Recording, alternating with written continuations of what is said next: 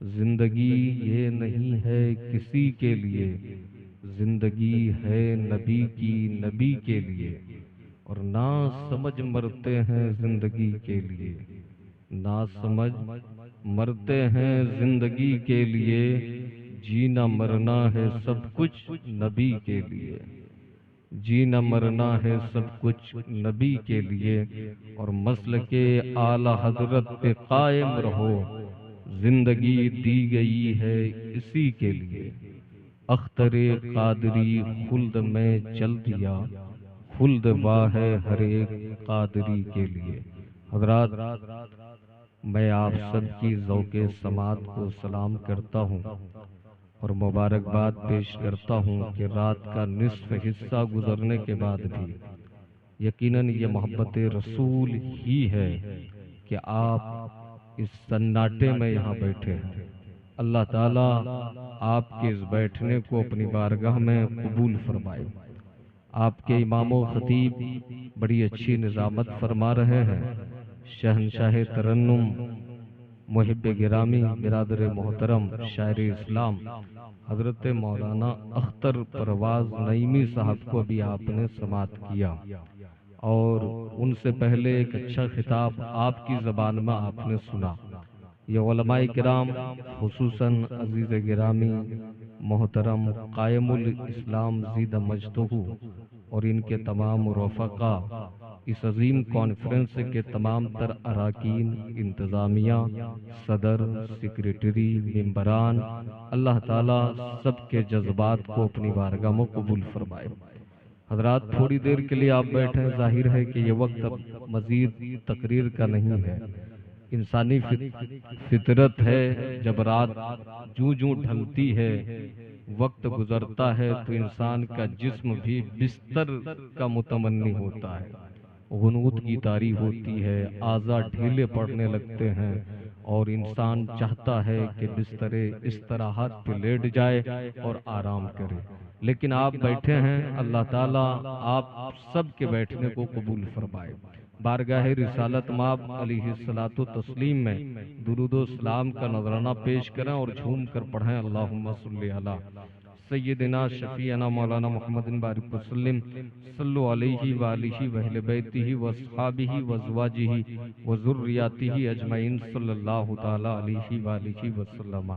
حضرات، حالات کیا ہیں آپ سب جانتے ہیں۔ عالمی سطح پر بھی حالات ہمارے موافق نہیں ہیں، اور ملکی سطح پر بھی، ریاستی سطح پر بھی، ہم جس صوبے میں رہتے ہیں، آپ جس صوبے کے رہنے والے ہیں، یہاں کے حالات سے آپ خوب آگاہ ہیں، باخبر ہیں۔ ایسے میں ہمیں کیا کرنا چاہیے، ہماری ذمہ داریاں کیا بنتی ہے؟ یاد رکھیں، جو بھی حالات بن رہے ہیں، ان حالات کے ذمہ دار کہیں نہ کہیں ہم بھی ہیں۔ سچائی یہی ہے، اگر آپ سروے کریں گے، تحقیق کریں گے، ریسرچ کریں گے، تجزیہ کریں گے، تو آپ کو سمجھ میں آئے گا کہ کہیں نہ کہیں مجرم ہم بھی ہیں۔ یاد رکھیں، اسلام کی 1200 سالہ دور کا مطالعہ کریں، آپ تاریخ پڑھیں، اتہاس کا وہ پنہ اٹھا کر دیکھیں، ہسٹری کا مطالعہ کریں، تو قسم خدا کی آپ کو سمجھ میں آئے گا کہ اسلام مکے کی زمین پہ طلوع ہوا، اور جب پھیلنا شروع ہوا تو اکناف عالم میں، اطراف عالم میں، پوری کائنات کے ابلاد و امصار میں پھیلتا چلا گیا، اور اتنی تیزی کے ساتھ پھیلا کہ بڑے بڑے فرائنائے زمانہ وقت کے نمرود بھی اسلام کا مقابلہ نہیں کر سکے۔ حضرات، اللہ نے مسلمانوں کو عزت دی، اللہ نے مسلمانوں کو طاقت عطا فرمائی، اللہ نے مسلمانوں کو حکومت سے نوازا، اللہ نے مسلمانوں کو اقتدار سے نوازا۔ آپ جانتے ہیں اس کے اسباب کیا ہیں؟ یاد رکھیں، اس لیے مسلمان غالب رہے، مسلمان قابض رہے، مسلمان فاتح بنتے ہوئے چلے گئے، تسخیر خلائق کرتے چلے گئے، مخلوق کے دل مسلمانوں کے لیے، اسلام کے لیے مسخر ہوتے چلے گئے۔ بنیادی سبب کیا ہے، بنیادی وجہ کیا ہے؟ حضرات جب آپ غور کریں گے تو سمجھ میں آئے گا۔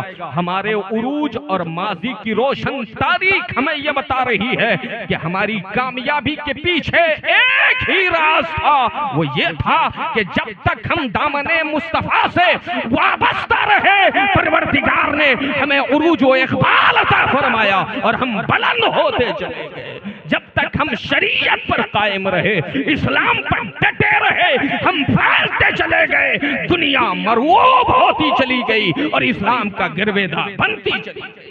لیکن آج حالات اس کے برعکس ہیں۔ یاد رکھیں، اسلام ابھی چند نوجوان اچھی بات ہے نعرے لگا رہے تھے، ابھی مجھے تو ان کی اصلاح کرنی تھی اور میں انتظار کر رہا تھا کہ میرے وقت میں رہیں گے تو ضرور۔ اب دیکھیے، مسلمان کا بچہ ہے، نعرے لگا رہے، دل میں عشق رسول ہے، اور عشق رسول کا عالم یہ ہے، عشق رسول کو اپنی علامت بتانے والے، اپنی شناخت بتانے والے، پہچان بتانے والے، ہاتھ میں کیا ہے؟ ہاتھ میں بالکل کیا اس کو کہتے ہیں کہ کڑی باندھ رکھا ہے، گلے میں کچھ لٹکا رکھا ہے، محفل کے آداب سے ناواقف ہے، ناشنا ہے۔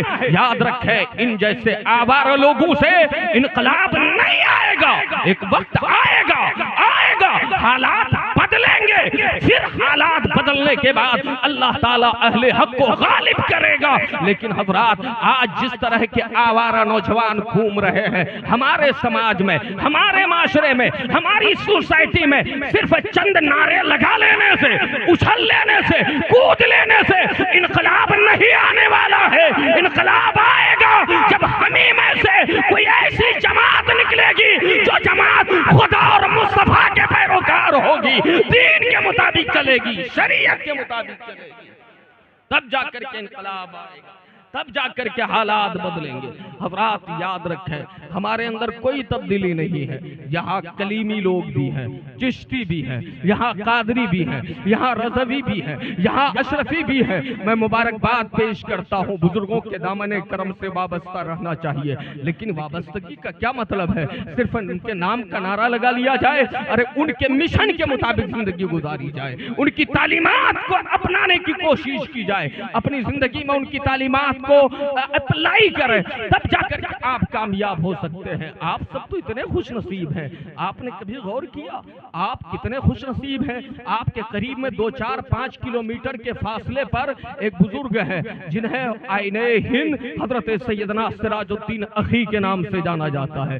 آپ نے کبھی غور کیا آپ سے 20-50 کلومیٹر کے فاصلے پر حضرت سیدنا علاء الحق پنڈوی ہیں، ان کے لڑکے حضرت نور قطب عالم ہے، حضرت حافظ میر زاہد ہے، اکابر اولیاء مشائخ علماء ربانیین اس زمین پر لیٹے ہیں۔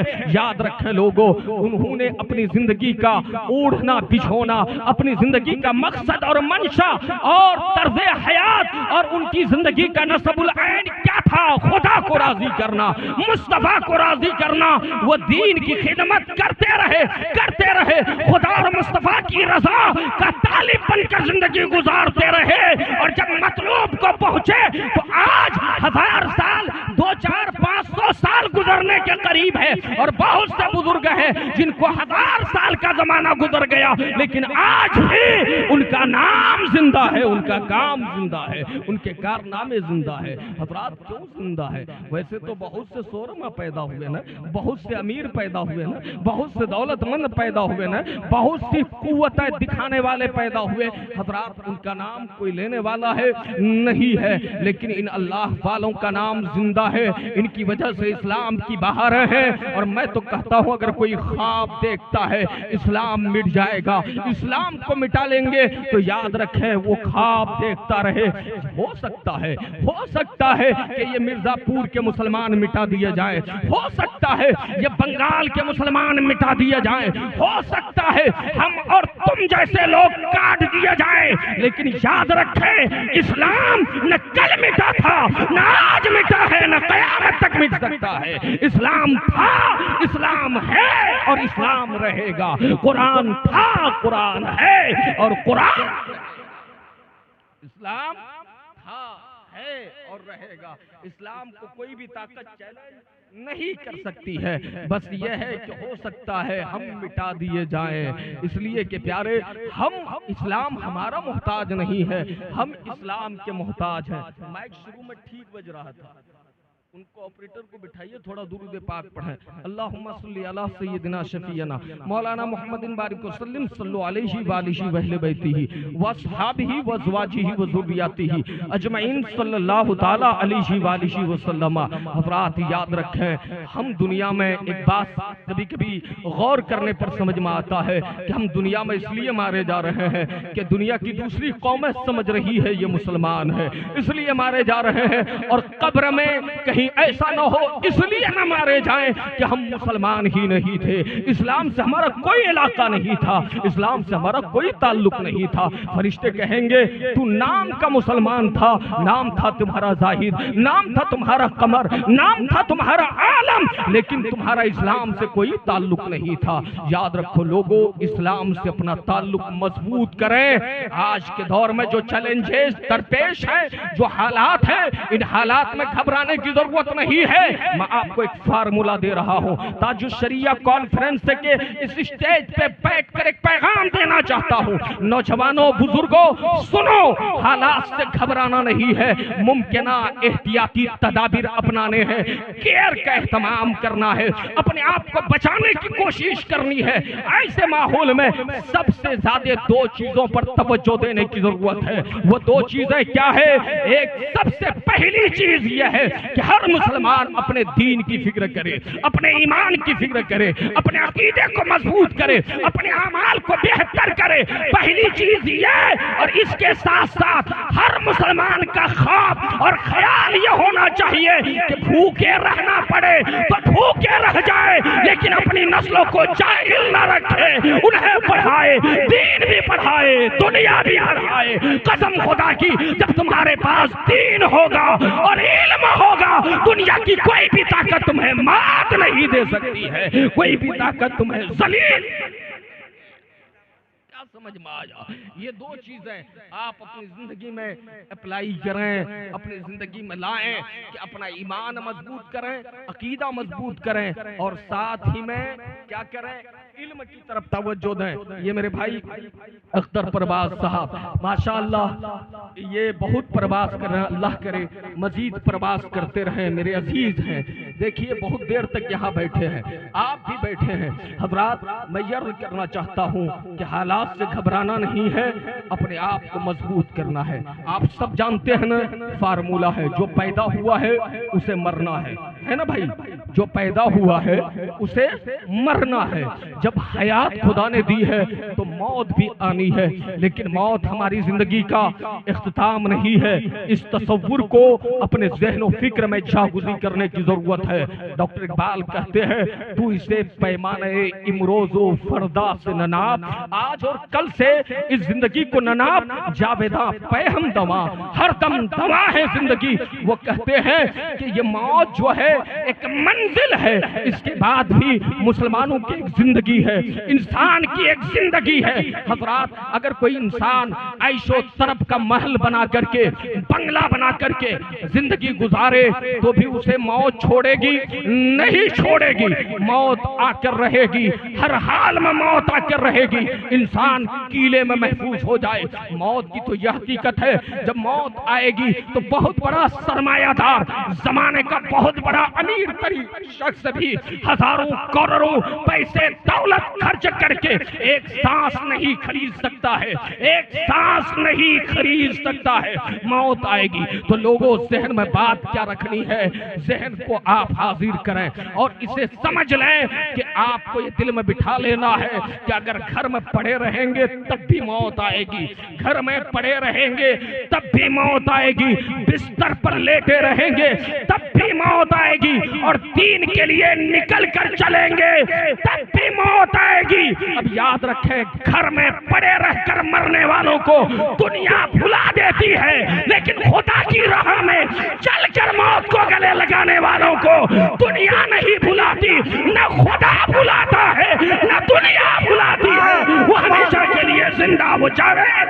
نعرہ تکبیر، نعرہ تکبیر، نعرہ رسالت، مسلک اعلی حضرت علماء اہل سنت، مفتی صاحب رضا صاحب قبلہ، مفتی صاحب رضا صاحب قبلہ، نعرہ تکبیر، نعرہ رسالت۔ بہت کو حضرت، بہت کو۔ اس لیے تو تاج الشریعہ نے کہا نا سمجھ مرتے ہیں زندگی کے لیے، جینا مرنا ہے سب کچھ نبی کے لیے۔ وہ نا سمجھ ہے جو سمجھ رہا ہے کہ زندگی ہی کل سرمایہ ہے، زندگی ہی کل سمپتی ہے۔ نہیں نادان، یہ ظاہری حیات کل سرمایہ نہیں، تجھے اس کارخانے حیات میں بھیجا ہی اس لیے گیا کہ تیرا خدا تجھے آزمائے کہ تمہارا عمل کیسا ہے، تو کیا کرتا تھا۔ آج یہ قربانی کے ایام چل رہے ہیں، آپ سب جانتے ہیں نا، آج مسلمان پر تھوڑی سی تکلیف پہنچ جائے تو مسلمان گھبرا جاتا ہے، مسلمان ڈرنے لگتا ہے، مسلمان خدا کی بارگاہ میں شکایت کرنے لگتا ہے۔ آپ ذرا بتائیں ابراہیم خلیل اللہ کا مقام کیا ہے؟ وہ تو اللہ کے خلیل ہیں، وہ تو جلیل القدر پیغمبر ہیں، وہ تو اللہ کے نبی ہیں، وہ اللہ کے رسول ہیں۔ اور سچائی یہ ہے کہ آج پوری دنیا انسانیت میں، پوری دنیا میں، چاہے وہ یہودی ہو چاہے وہ عیسائی ہو، دیگر مذاہب کے لوگ بھی، مسلمانوں کا تو اپنا حق ہی ہے۔ یہودی بھی حضرت ابراہیم کا احترام کرتے ہیں، عیسائی بھی حضرت ابراہیم کا احترام کرتے ہیں۔ حضرات کیوں اللہ تعالیٰ نے حضرت ابراہیم کو پوری دنیا کا امام بنایا ہے؟ لیکن آپ جانتے ہیں حضرت ابراہیم نے کس ماحول میں، کن فضاؤں میں، کن حالات میں آنکھیں کھولی ہے۔ آپ کو یاد رکھنا چاہیے حضرت ابراہیم کی پیدائش جس خانوادے میں ہو رہی ہے، جس زمانے میں ہو رہی ہے، وہ زمانہ کفر کا ہے، وہ زمانہ شرک کا ہے۔ حضرت ابراہیم جس خانوادے میں پیدا ہو رہے ہیں وہاں بتوں کی پرستش کی جا رہی ہے، بت پوجے جا رہے ہیں۔ حضرات مطلب یہ ہے شرک کے جتنے اقسام ہو سکتے ہیں وہ سب اس زمانے میں موجود ہے۔ حتیٰ کہ حضرت ابراہیم کے چچا جناب آزر کو، جسے قرآن میں باپ کہہ کر خطاب کیا گیا ہے کہ حضرت ابراہیم کے باپ ہے، لیکن یہ حضرت ابراہیم کے باپ نہیں ہے بلکہ تایا ہے، چچا ہے، یہ بھی بت پرستی کر رہے ہیں۔ حضرات آپ ذرا دیکھیں ایسے ماحول میں آج کا نوجوان تو ماحول کے دھارے میں خود کو بہا لیتا ہے، ماحول کا سفر جدھر دیکھا ادھر ہی چلا گیا۔ اگر لوگ جوا کھیل رہے ہیں تو آپ کا بیٹا بھی جوا کھیلے گا، اگر لوگ شراب پی رہے ہیں تو آپ کے بچے بھی شرابی بن جائیں گے، اگر لوگ ڈانس کر رہے ہیں تو آپ کے بچے بھی رقاصوں کی محفل میں جا کر ڈانس کرنے لگے گا۔ مطلب یہ ہے جدھر لوگ جا رہے ہیں آپ کے بچے اور نوجوان ادھر ہی مائل ہوتے ہوئے نظر آئیں گے۔ لیکن حضرت ابراہیم علیہ السلام اس ماحول میں آنکھ کھول رہے ہیں۔ حضرات جس ماحول میں شرک ہے، کفر ہے، شراب نوشی ہے، عیاشی ہے، فحاشی ہے، خدا کا نام لینے والا کوئی نہیں ہے، کتنا بڑا امتحان ہے، کتنا بڑا امتحان ہے۔ حضرات ایک جگہ حرام لقمے بٹ رہے ہو، حرام کا کھانا بانٹا جا رہا ہو اور وہاں سب لوگ موجود ہو، وہی ایک نیک آدمی بھی ہو تو پیارے ایسے میں بھوک سب کو برابر ہے، سب کو بھوک ہے، سب کو کھانے کی ضرورت ہے۔ تو ایک آدمی اگر اپنے آپ کو بچا لے، کیا بچانا آسان ہے؟ بہت مشکل امر ہے، اس لیے کہ سب کھائے جا رہے ہیں، بھئی تم بھی کھائے جاؤ، لیکن جو بچا لیتا ہے وہی بڑا بہادر ہوتا ہے۔ ایسے ماحول میں جہاں عقل کا امتحان ہے، فکر کا امتحان ہے، ذہن کا امتحان ہے، نظریات کا امتحان ہے، حضرت ابراہیم علیہ السلام نے فرمایا یہ تم لوگ کیا کر رہے ہو؟ حتیٰ کہ سمجھایا کہ خدا وہ ہے جس نے تمہیں پیدا کیا ہے۔ لوگ ماننے کے لیے تیار نہیں ہوئے۔ حال یہ ہوا حضرت ابراہیم نے موقع دیکھ کر رکھا۔ ایک دن سب لوگ بازار گئے تھے، کہیں میلہ لگا تھا، وہ کفار و مشرکین باہر جا کر میلہ لگایا کرتے تھے، تہوار منایا کرتے تھے۔ حضرت ابراہیم بت کدے میں گئے اور بت کدے میں جانے کے بعد، اصنام کدے میں جانے کے بعد آپ نے سارے بتوں کو توڑ دیا اور توڑنے کے بعد اپنی کلہاڑی جس سے آپ نے توڑا تھا وہ بتوں کے سردار کے کاندھے پر ڈال دیا۔ اب ذرا آپ دیکھیں، تاریخ پڑھ کر دیکھیں، جب لوگ واپس آئے سب نے کہا یہ کارنامہ کس نے انجام دیا؟ ہمارے معبودوں کے ساتھ ایسا کس نے کیا؟ یہ تو اس کی توہین ہے، یہ تو تحقیر ہے، ایسے شخص کو نہیں چھوڑا جائے گا، نہ بخشا جائے گا۔ آپ ذرا دیکھیں حضرت ابراہیم کے تعلق سے سراغ لگا۔ حضرت ابراہیم فرماتے ہیں ارے نادان مجھ سے کیا پوچھتے ہو؟ جس کی تم پوجا کرتے ہو، جس کی پرستش کرتے ہو، جس کے سامنے جبین عقیدت خم کرتے ہو، جس کے سامنے پیشانی ٹیکتے ہو، جس کے سامنے سجدہ ریز ہوتے ہو، ذرا اپنے اس کے سردار سے تو تم پوچھ لو، بتوں کا سردار تو باقی ہے، اس سے پوچھو کہ یہ تمہارا حال کس نے کیا؟ لوگوں نے کہا ابراہیم تم بھی جانتے ہو، نہ یہ بول سکتے ہیں نہ یہ بتا سکتے ہیں۔ حضرت ابراہیم نے پلٹ کر جواب دیا نادانو، جو نہ بول سکتا ہے، جو نہ بتا سکتا ہے، جو نہ کھا سکتا ہے، جو نہ پی سکتا ہے، جو نہ کھلا سکتا ہے نہ پلا سکتا ہے، وہ معبود کیسے ہو سکتا ہے؟ وہ خدا کیسے ہو سکتا ہے؟ وہ اللہ کیسے ہو سکتا ہے؟ ارے اسے معبود مانو، سجدہ اسے کرو جو تمہیں کھلاتا بھی ہے پلاتا بھی ہے، اس کی عبادت کرو جس نے تمہیں پیدا کیا ہے۔ درود پاک پڑھیں اللہم سیدنا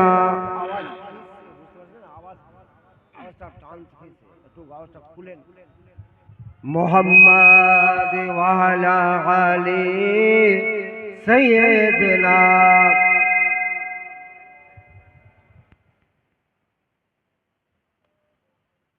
صلی اللہ علیہ وآلہ وسلم۔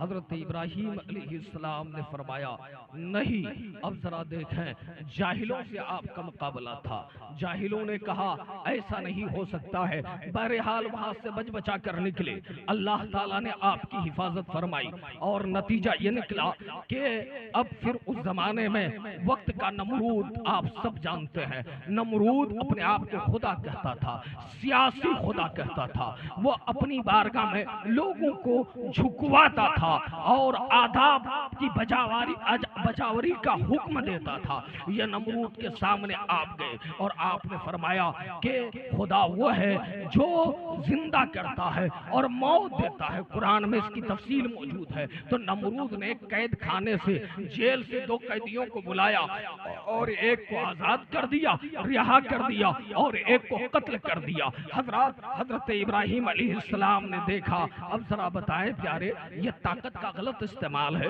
یہ ظلم ہی تو ہے، قیدیوں میں سے 2 کو بلایا، ایک کو آزاد کر دیا اور ایک کو مار دیا، لیکن حضرت ابراہیم نے دوسری دلیل پیش کی، فرمایا خدا وہ ہے، فرماتے ہیں جو سورج کو مشرق سے اٹھاتا ہے اور مغرب میں ڈبوتا ہے، سورج کو مشرق میں پیدا کرتا ہے اور مغرب میں غروب فرماتا ہے۔ حضرات اتنا سننا تھا کہ یہ نمرود مبہوت ہو گیا، اس سے کوئی جواب نہ بن پایا۔ حضرت ابراہیم علیہ السلام ایک وقت کے فرما روا سے ٹکرا رہے ہیں، حکمراں سے۔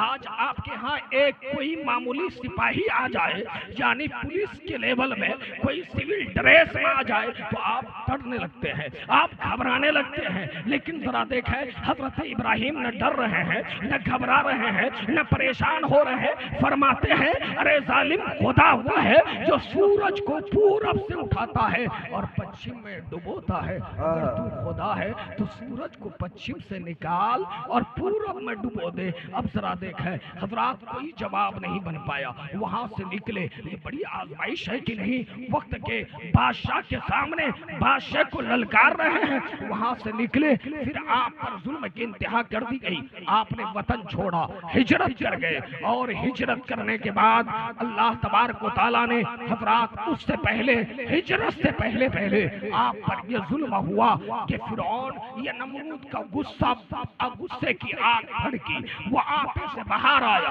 اور آنے کے بعد کہا یہ ابراہیم ہمیں برا بھلا کہتا ہے، میری خدائی ماننے کے لیے تیار نہیں ہے، اس کے لیے آگ جلواؤ، آگ سلگاؤ۔ آپ سب جانتے ہیں آگ چلائی گئی، لکڑیاں جمع کی گئی، آگ کے شعلے فلک بوس ہو گئے، آسمان سے باتیں کرنے لگے۔ حضرت ابراہیم کو اس آگ میں ڈال دیا گیا۔ کہاں ڈالا گیا؟ اس آگ میں ڈالا گیا۔ ڈاکٹر اقبال کہتے ہیں حضرت ابراہیم گھبرائے نہیں، حضرت ابراہیم ڈرے نہیں، حضرت ابراہیم سہمے نہیں، بلکہ ڈاکٹر اقبال نے ترجمانی کی بے خطر کود پڑا آتش نمرود میں عشق عقل ہے مہوے تملبے تماشائے بام ابھی. حضرت ابراہیم آگ میں کود گئے اور اللہ تعالیٰ نے آگ کو گلزار بنا دیا. فرمایا یا نارو کونی بردم و سلام علی ابراہیم، اے آگ میرے ابراہیم پر سلامتی والی ہو جا، ٹھنڈی ہو جا. آگ ٹھنڈی ہو گئی.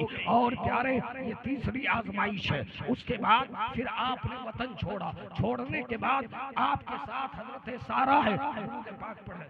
اللہم صلی علی. عجیب حال ہو گیا. مائک کیوں آواز کھا رہا ہے بھائی؟ میری آواز آپ دیکھ میں دو گھنٹے بولتا ہوں. فین بھی بند کر دیجئے. وعلی علی. آواز میری دو گھنٹے میں نہیں بیٹھتی.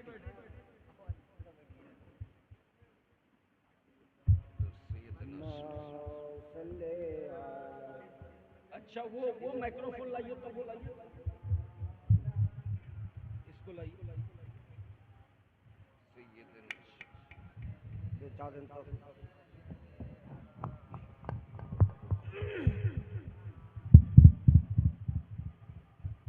سیدنا سیدنا مولانا محمد. پانی دے دیجئے تھوڑا سا. پانی پینا بھی نہیں چاہیے بیچ میں. صلی اللہ تعالی علیہ وآلہ وسلم. حضرت ابراہیم علیہ السلام پر آزمائش آ رہی. آپ ان سے بڑھ کر رہی. واللہ کے خلیل ہیں. آپ نے ملک چھوڑا، وطن چھوڑا، خاندان چھوڑا، گھر بار چھوڑا اور آپ چل دیے.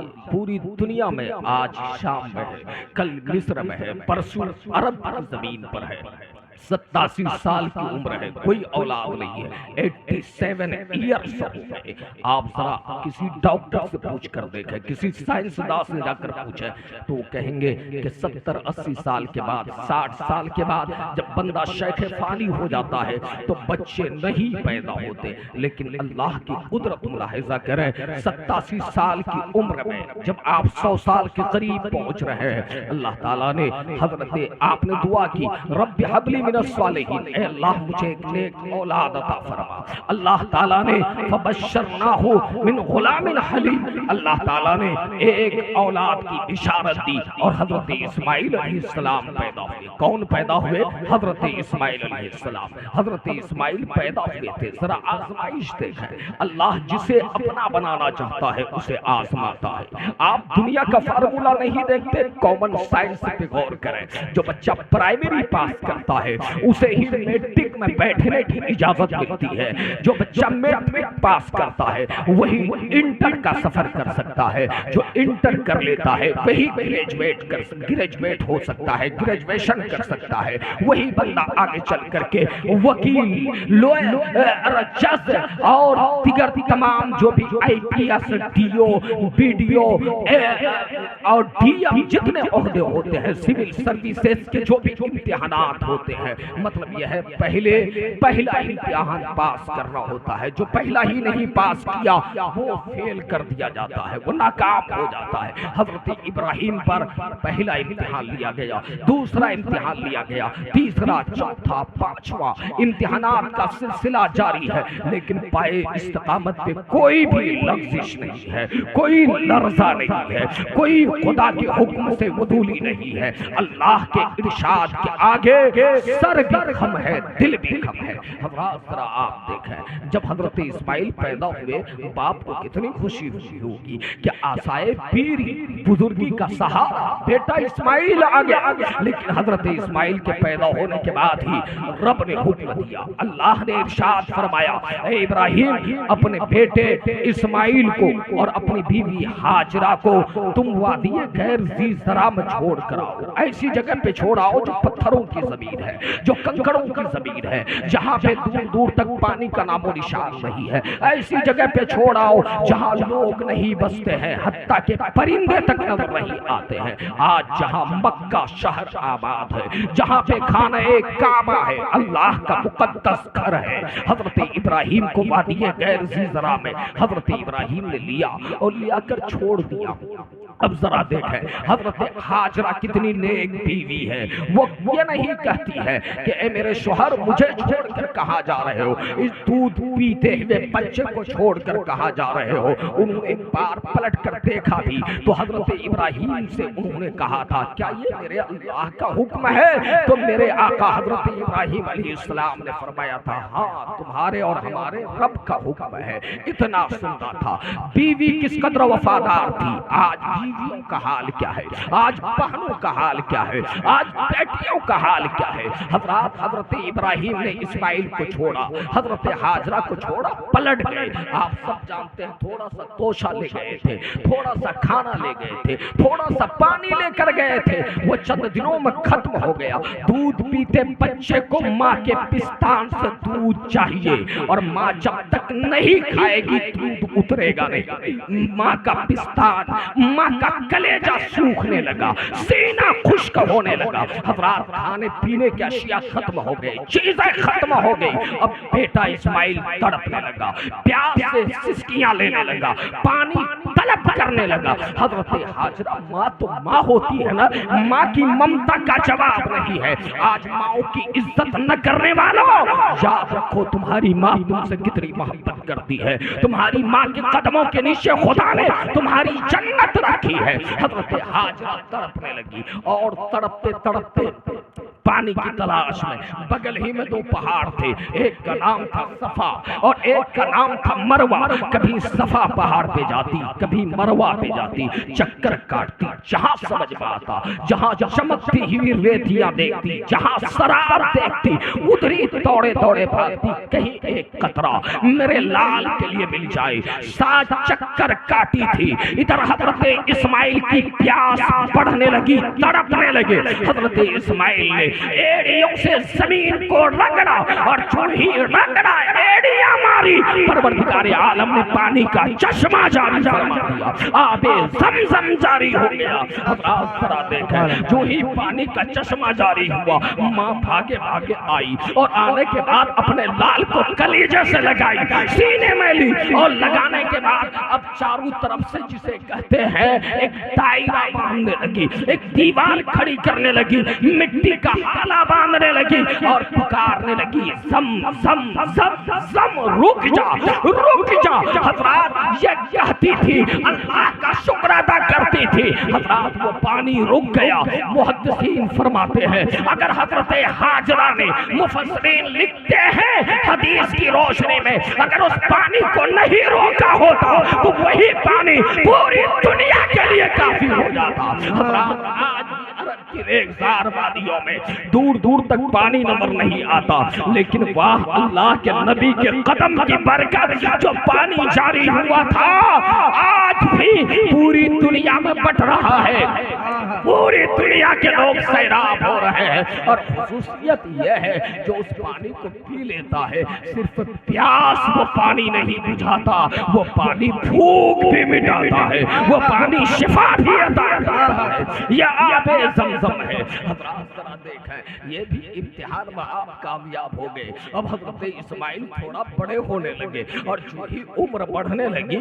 غالباً 13 سال کی عمر ہوئی، اللہ نے حضرت ابراہیم کو خواب میں ارشاد فرمایا۔ یاد رکھیں نبیوں کا خواب یا اللہ کی طرف سے وہی ہے، وہی اللہ کا حکم ہے۔ حضرت ابراہیم نے دیکھا اللہ کا ارشاد ہے اپنے بیٹے حضرت اسماعیل کو قربان کرو میری راہ میں۔ آپ نے بدلے میں اونٹوں کی قربانی دی۔ دوبارہ دیکھا اونٹوں کی قربانی دی، لیکن رب کا حکم تھا بیٹے کو قربان کرو۔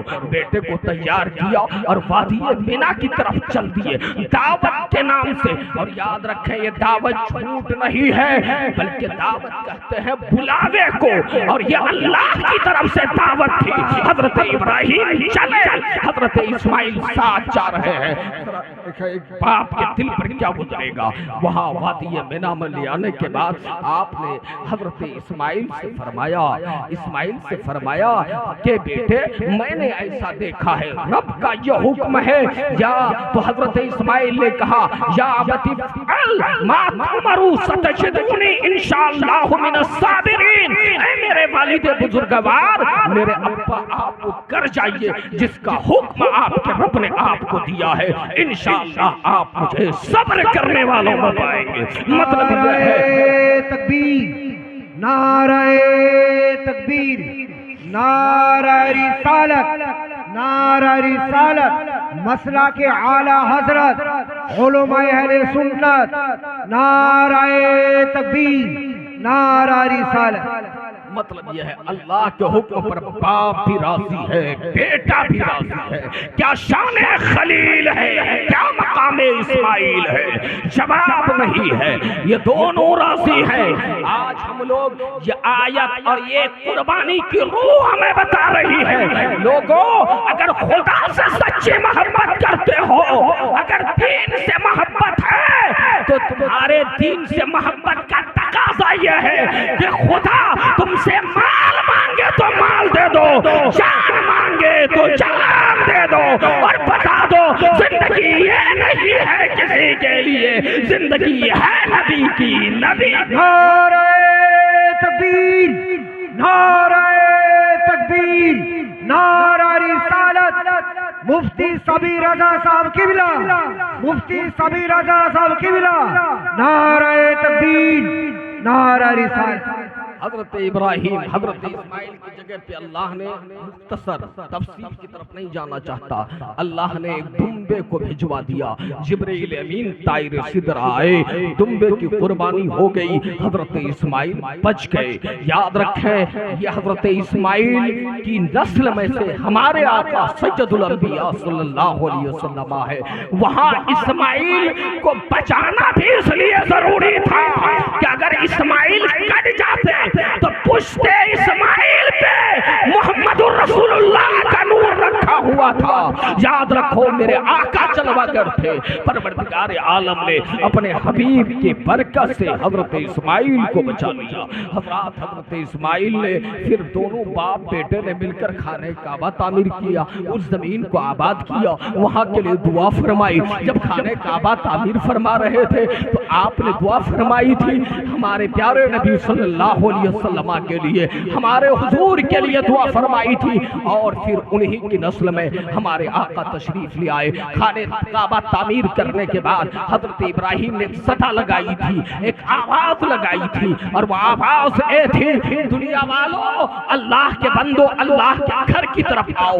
یاد رکھا آج جو لوگ حج کے لیے جاتے ہیں، طواف کے لیے جاتے ہیں، اس گھر میں حاضر ہوتے ہیں، یاد رکھیں علماء کہتے ہیں کہ وہ آواز دنیا کے کونے کونے میں پہنچ گئی، اور جن پاک روحوں نے لبیک کہا تھا وہ روحیں آج حج کر رہی ہے، وہ حج کر رہی ہے، وہاں سے آواز لگائی گئی تھی اور دنیا کے کونے کونے میں آواز پہنچ گئی۔ حضرات آپ سب سے میں عرض کرنا چاہتا ہوں حضرت ابراہیم علیہ السلام کی یہ شان ہے، حضرت اسماعیل علیہ السلام کا یہ مقام ہے۔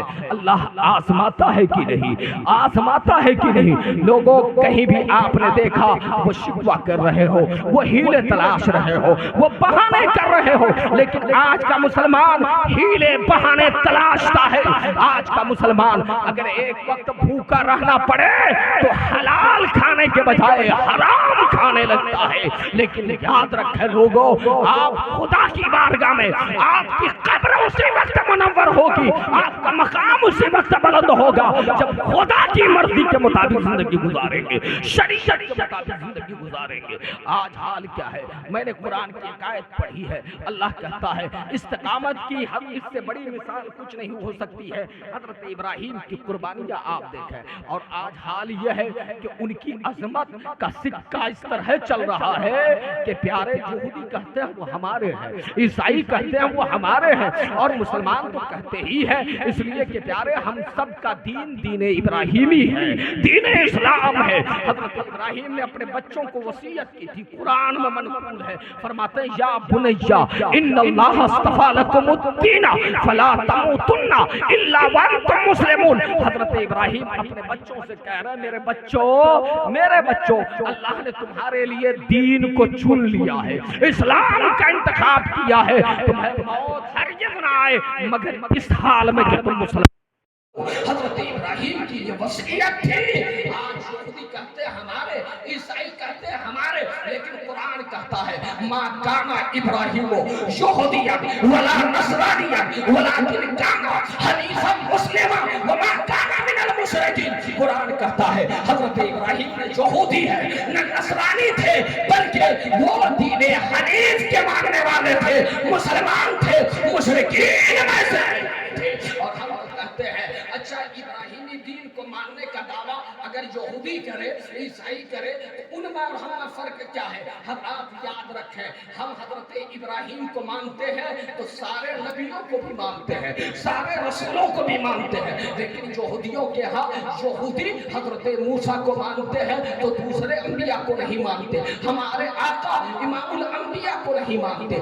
عیسائی حضرت ابراہیم کو مانتے ہیں تو سید الانبیاء کو نہیں مانتے. حضرات میں پوچھنا چاہتا ہوں اور دعوت فکر دینا چاہتا ہوں دیگر مذاہب کے لوگوں کو جن کے یہاں حضرت ابراہیم کے احترام کا تصور ہے, ان کی عظمت کا تصور ہے, آؤ اسلام کے قریب آؤ. تم حضرت ابراہیم کو مانتے ہو, محمد ابن عبداللہ کو نہیں مانتے. تم حضرت ابراہیم کو مانتے ہو تو دیگر انبیاء کو نہیں مانتے. آؤ, اسلام سارے نبیوں کا احترام بتاتا ہے, سارے نبیوں کی عظمت بتاتا ہے. قرآن کہتا ہے لا نفرق بین احد من رسولہ, ہم رسولوں میں سے کسی میں تفریق نہیں کرتے.